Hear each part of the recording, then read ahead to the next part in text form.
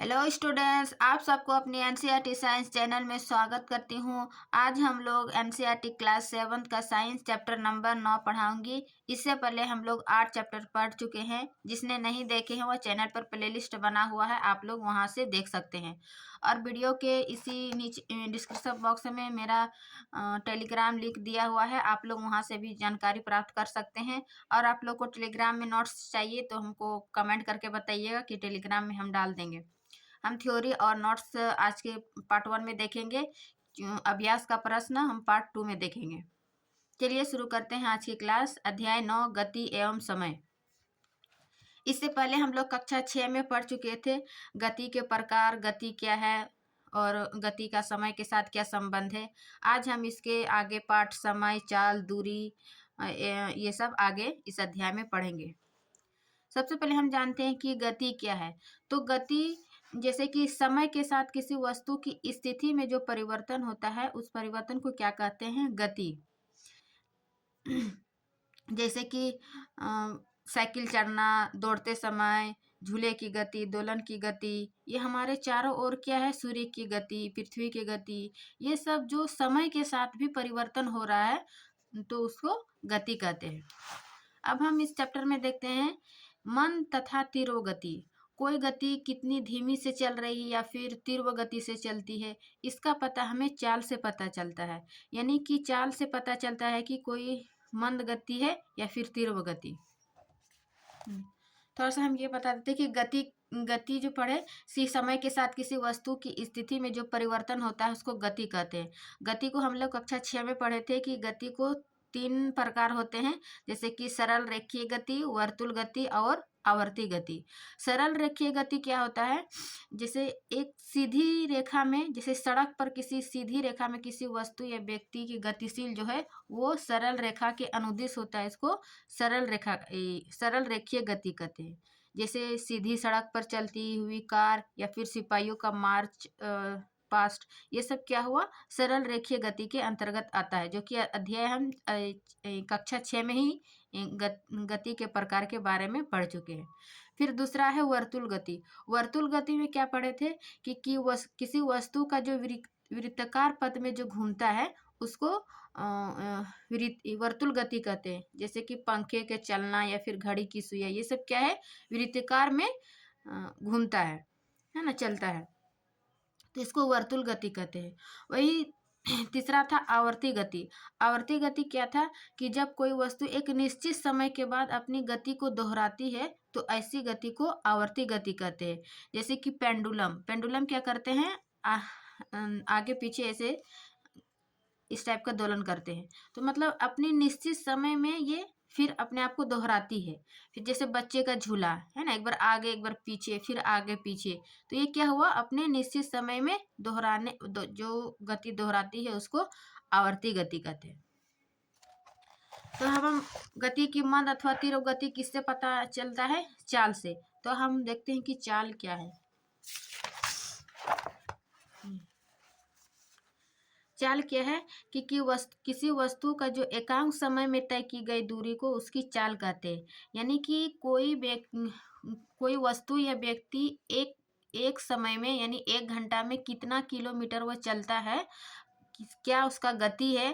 तो जैसे कि 30 किलोमीटर है ना, जैसे गाड़ियों में चलना दिखा है कि कितना समय में वो कितना किलोमीटर दूरी तय करती है, ये उसकी चाल कहलाती है।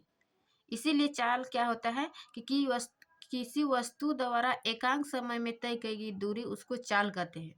और चाल से ही हमें पता चलता है कि कौन वस्तु तेज या मंद गति से चलता है।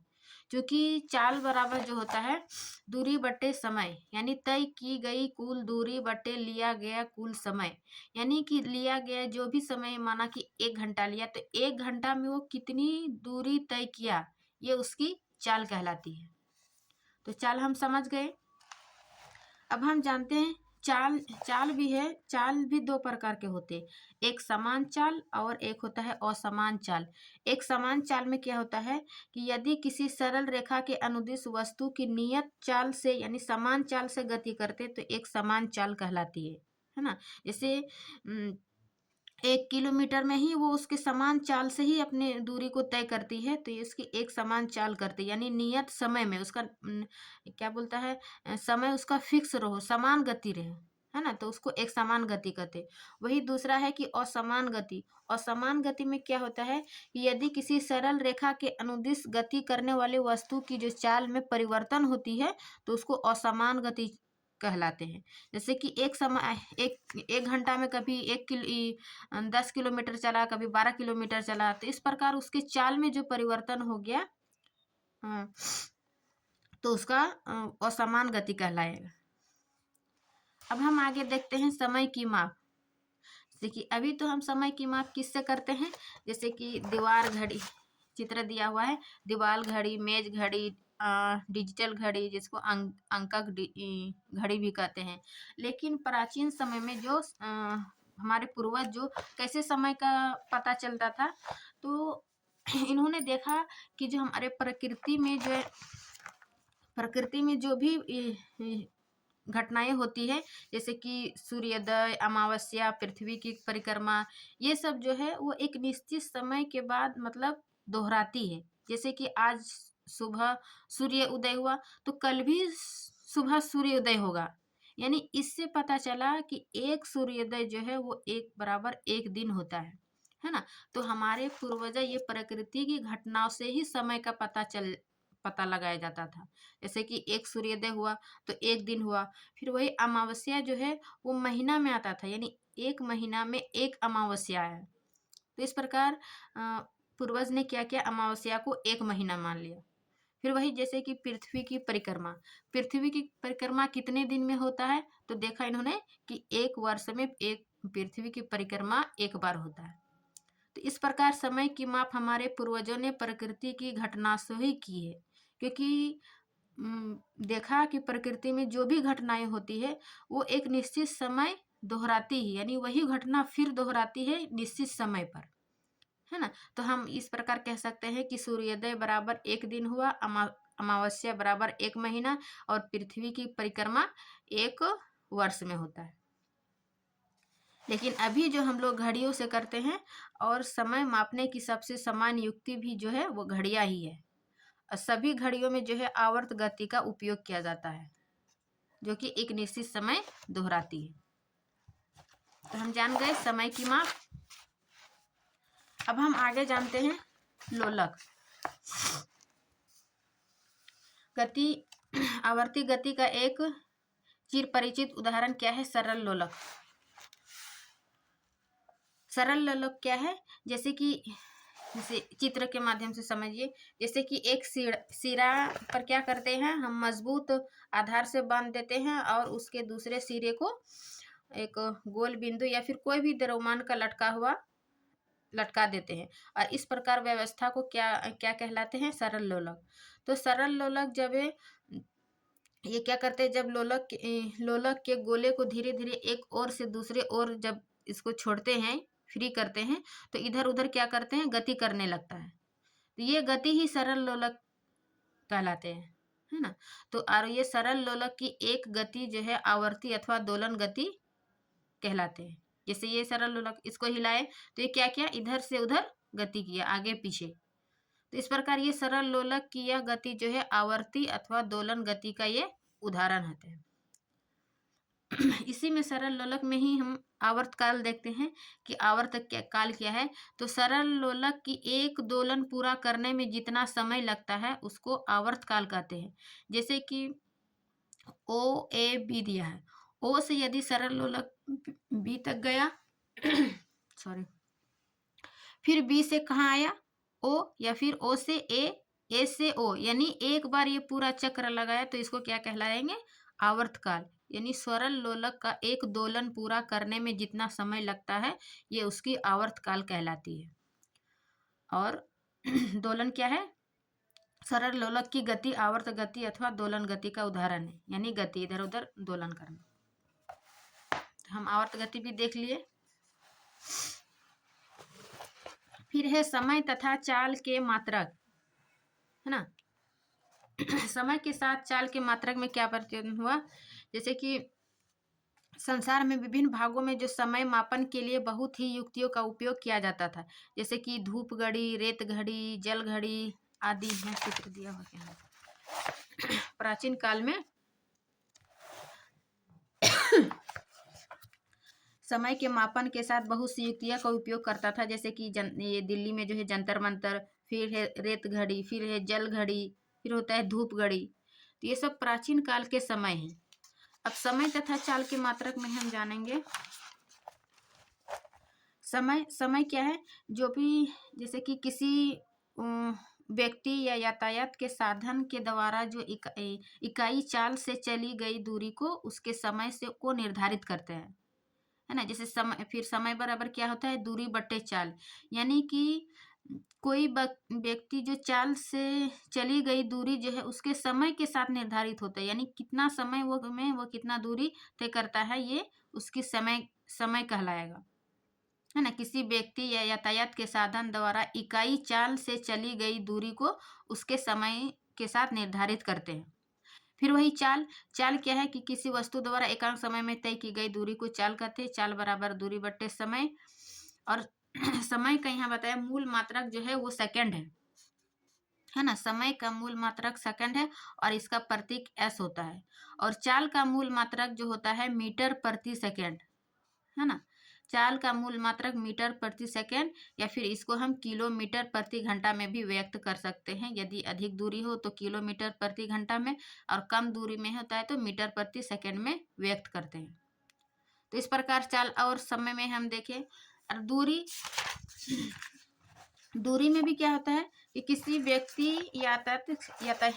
व्यक्ति या फिर यातायात के साधन द्वारा स्थान में जो परिवर्तन होता है, स्थान में परिवर्तन को तय की गई दूरी कहलाता है। जैसे दूरी बराबर होता है चाल गुना समय, है ना।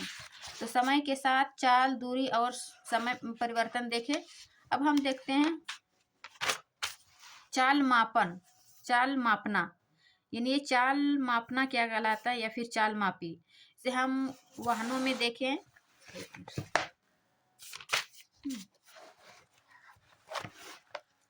अपने मोटर गाड़ी या फिर फोर व्हीलर इस में देखते हैं, ये दो लगा रहता है, एक पथ मापी होता है और एक चाल मापी।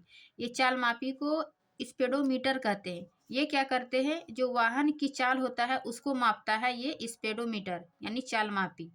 और वही पदमापी जो होता है, पथमापी में क्या होता है? इसको ऑडोमीटर कहते हैं। ऑडोमीटर में क्या होता है कि ये जितना भी वाहन द्वारा तय की गई ये दूरी को मापता है ऑडोमीटर, और स्पीडोमीटर क्या मापता है? वाहन की चाल को मापता है ना। तो इसी को चाल मापी में व्यक्त करते हैं। फिर हम इस चैप्टर का लास्ट है कि दूरी समय ग्राफ, यानी ग्राफ से भी हम क्या करते हैं? किसी वस्तु को उनकी दूरी समय ग्राफ से माप सकते हैं। समय दूरी ग्राफ को जो है एक सरल रेखा होती है जो यह संकेत करता है कि वस्तु नियत चाल से गति कर रही है ना। ग्राफ को भी यहाँ तीन भागों में बांटें। एक होता है स्तंभाकार स्तंभ ग्राफ, जैसे कि ये आयताकार इस टाइप का खड़ा खड़ा था समय के साथ, यहाँ चाल में जो परिवर्तन हुआ। यहाँ पे उदाहरण दिया है रन और ओवर का। तो इस प्रकार का ग्राफ को क्या कहते हैं? स्तंभा ग्राफ। और दूसरा है क्या है इसको? विरिता रेखा, यानी पाई चार्ट जिसको बोलते हैं। ये इसको सर्किल बनाकर इसका पार्ट को बताते हैं। जैसे कि ये हमारा बताया कि हमारे वायुमंडल में जो है नाइट्रोजन गैस की सबसे अधिकता होता है 78%, तो ये नाइट्रोजन को दिखाया। फिर है ऑक्सीजन 21%, और भी जो भी 0.11% अन्य गैस है। तो इसका पाई चार्ट के माध्यम से, यानी वृत्त चार्ट के माध्यम से ये दिखाया गया है। तो ये दो देखे, स्तंभा ग्राफ, पाई चार्ट, और तीसरा है रेखा ग्राफ। यह क्या होता है? रेखा के माध्यम से, जैसे यहाँ पे हम वायु लिए वर्ष में और फिर उसका भार लिए, तो जिस प्रकार वायु होता है उसका भार जो है कभी बढ़ता है कभी घटता है। तो ये रेखा के माध्यम से हम इस प्रकार के ग्राफ को दिखा सकते हैं। तो हम ग्राफ दूरी एवं समय ग्राफ में तीन प्रकार से ले सकते हैं, है ना। ये तीनों चित्र में देख लिए। अब हम आपको ग्राफ बनाने सिखाते हैं, जैसे कि ग्राफ पेपर पर एक्स एक्स तथा वाई एक्स कैसे होता है।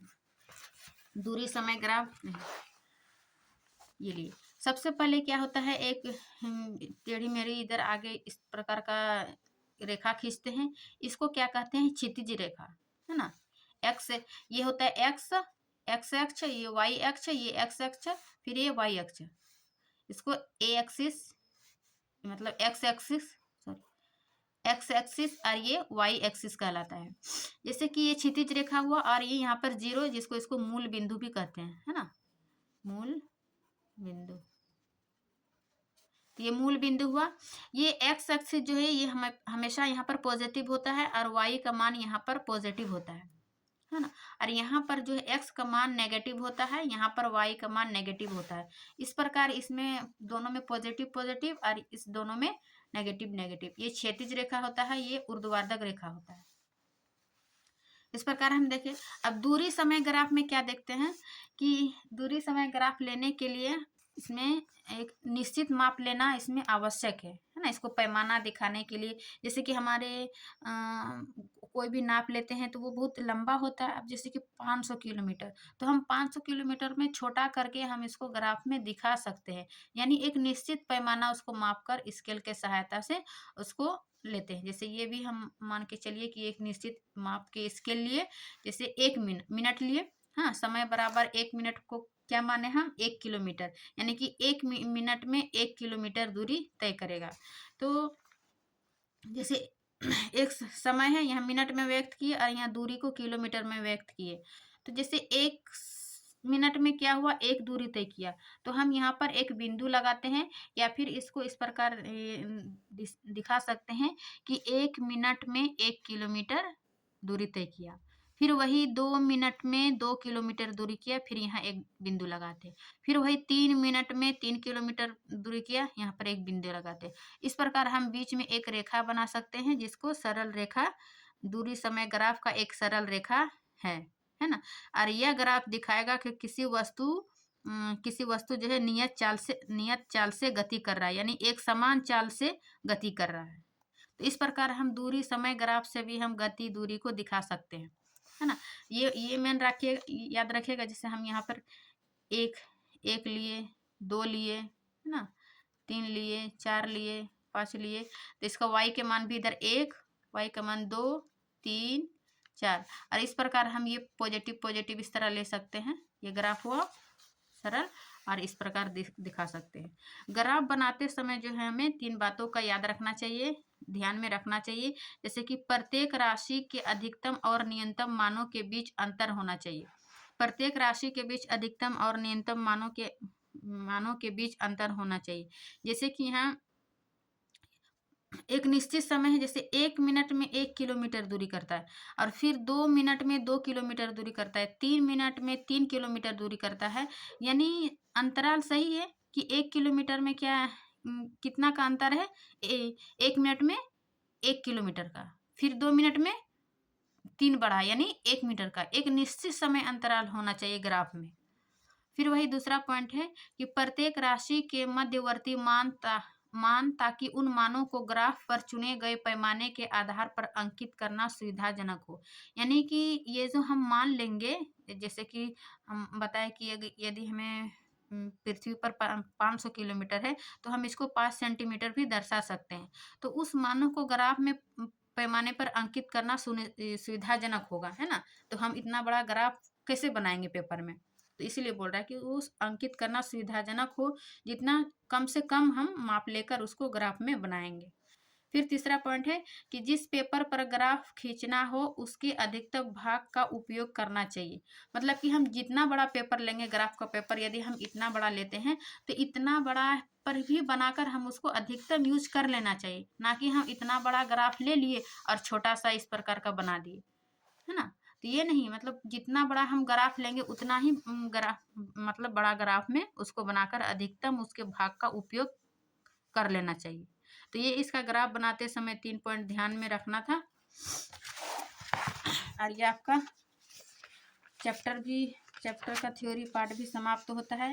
ये भी बुक में भी जो समझाए वही दिया हुआ है ना। समय के साथ, फिर बस की गति दूरी के समय, ये समय के साथ भी हम इसको दिखा सकते हैं कि 8 मिनट में जो है वो कितना 0 किलोमीटर दूरी तय किया 8 बजे, फिर वही 8:30 बजे या 8:15 बजे क्या है, एक डॉट ए माने, बी यानी 10 किलोमीटर चला इसको टी माने। इस प्रकार ये क्या हुआ, एक समान गति से दूरी कर रहा है। इस प्रकार हम दिखा सकते हैं। अच्छा, आपको शॉर्ट नोट्स दिखाते हैं। थ्योरी खत्म हो गया।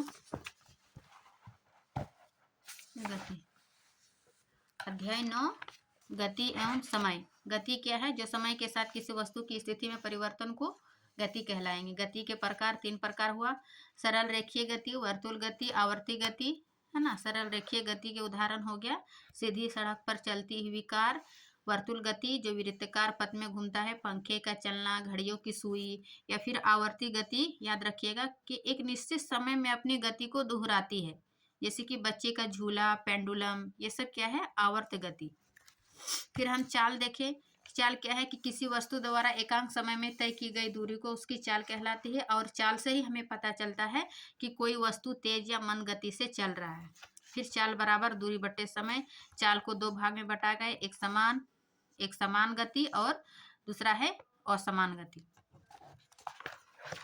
फिर है समय की माप के साथ। बताइए, सूर्योदय बराबर क्या हुआ, 1 दिन। अमावस्या बराबर क्या हुआ, 1 महीना। फिर वही तीसरा, पृथ्वी की परिक्रमा 1 वर्ष में 1 बार हुआ, है ना। और समय मापने की सबसे समान युक्तियां घड़ियां है। फिर हम देखें सरल लोलक। फिर सरल लोलक का गति जो आवर्ती गति अथवा दोलन गति कहलाया। फिर एक दोलन को पूरा करने में जितना समय लगा वो उसकी आवर्तकाल कहलाई। फिर प्राचीन काल में क्या उपयोग करते थे, धूप घड़ी, रेत घड़ी, जल घड़ी। फिर समय तथा चाल के मात्रक के साथ इसका संबंध, है ना। जैसे चाल बराबर दूरी बट्टे समय, समय बराबर दूरी बट्टे चाल, दूरी बराबर चाल गुना समय। इस प्रकार हम इसको फार्मूला से भी हम इसका अभ्यास पाठ हम इसलिए पार्ट 2 में लेकर आए क्योंकि इसका कैलकुलेटिव है। कैलकुलेटिव हम एक पार्ट में बनाएंगे तो बड़ा लंबा वीडियो हो जाएगा, इसलिए हम इसका पार्ट 2 में इसका पूरा बनाएंगे। फिर है स्पीडोमीटर, ओडोमीटर। स्पीडोमीटर याद रखिएगा, वाहन की चाल, और ओडोमीटर वाहन द्वारा तय की गई दूरी। फिर हम ग्राफ देखें, है ना। तो ये आज का वीडियो यहाँ पर समाप्त होता है, थ्योरी और नोट्स। आगे की क्लास में हम इसका पूरा अभ्यास हल करेंगे। उम्मीद करती हूँ कि ये वीडियो आप लोग को अच्छी लगी होगी। वीडियो अच्छी लगी तो लाइक एंड सब्सक्राइब जरूर करें। मिलते हैं नेक्स्ट क्लास में, तब तक के लिए आप लोग नोट्स और थ्योरी पढ़ के रखिएगा ताकि अभ्यास बनाने में आपको सुविधा होगा। Thank you.